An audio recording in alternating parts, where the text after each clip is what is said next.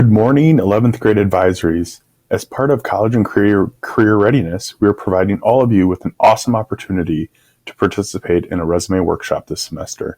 The Fox Valley chapter of SHRM will be coming into your advisory to provide individual feedback and tips on your resume in mid-April. SHRM stands for the Society for Human Resource Management. SHRM is a community organization of human resource professionals that do the majority of hiring in the Appleton area. These are the individuals that look at resumes on a daily basis and have a strong understanding of what should and should not be included in a resume. They also interview applicants on a daily basis and have powerful words of wisdom. This presentation was created by SHRM to provide tips to make an impressive resume. If you have a resume already, please feel free to utilize these suggestions to update and revise your current document. We will cover two specific samples during this presentation.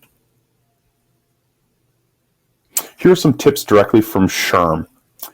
You have approximately 10 seconds to impress someone with your resume. Below are some tips and tricks to make your resume stand out. A resume has two primary formats. One is functional, which highlights transferable skills and lists your skills and accomplishments before a brief work history and experience section at the end. The other format is chronological. This lists your experiences in states of employment in reverse chronological order, beginning with the most recent first. Specific types of qualifications can be broken down between objective and summary, and this is how they recommend listing. When you're applying for a specific position, your recruiter knows that you're interested in a particular position. What they want to know is how you can contribute your skill sets to the job and company. Objective qualifications state long or short-term goals. This is typically limited to 3 to 4 sentences, highlighting the most important things. A summary of qualifications tells the recruiter what you can do for them. This also should be limited to 3 to 4 sentences, highlighting your career objective, how much relevant experience you have, and your qualifications for your job objective. The education section. If you're still attending school or recently graduated, it is important to list your school, area of focus, and your grade point average. Within the experience and skill sets, it's important that experiences highlight skills that are relevant to the position you're interested in. If they are not connected to the position you're interested in, they are not relevant. Use action words. Replace I accomplished or I completed with accomplished or completed, removing the I. Read through the job description and incorporate words directly from it when possible. Focus on what you've accomplished, not general job duties. Include statistical facts when possible. If you do not have work experience, it is important to explain what you've done with your skills. Significant projects and volunteer work counts. Certifications, activities, and awards. It is important to list any relevant certifications, activities, and awards you've received. This will demonstrate to individuals that you have these certain qualifications. Overall general tips. Whichever format you choose, a one-page resume is best.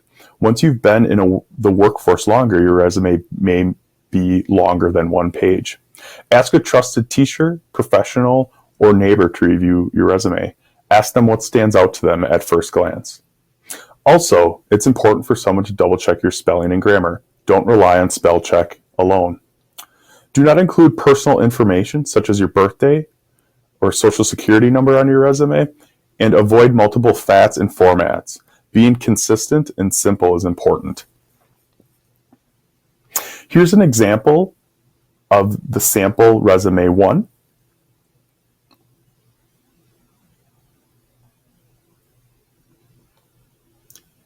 And here is a sample of resume 2 formatting. Both of these are available through Google Classroom and will be shared with you through email. You will be able to utilize these if you do not have a resume created already to start working on your first resume. Things to remember. You have approximately 10 seconds to impress. There are 2 resume formats, and limiting it to one page is the best. Projects and volunteer experience count and are important, using action words, asking a trusted person to review your resume, not including personal information, and keeping consistent. Here's a brief checklist to see if you're prepared. It asks, do you have your contact information listed? Do you have any unnecessary personal information like your birthday on your resume? Do you have an objective statement or a summary of qualifications? Have you listed your educational information? Have you explained your work and or volunteer experience utilizing action words?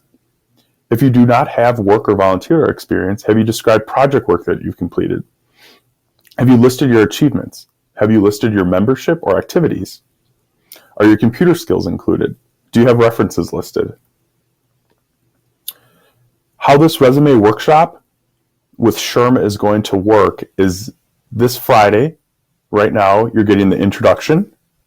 Information will be available via Google Classroom and through email. On March 11th, resumes are due electronically in Google Classroom. We will provide additional information in advisory on collecting the resumes.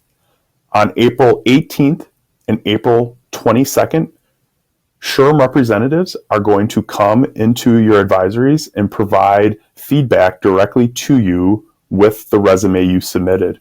They're going to provide a written rubric and verbal feedback, as well as overall tips and suggestions for the group.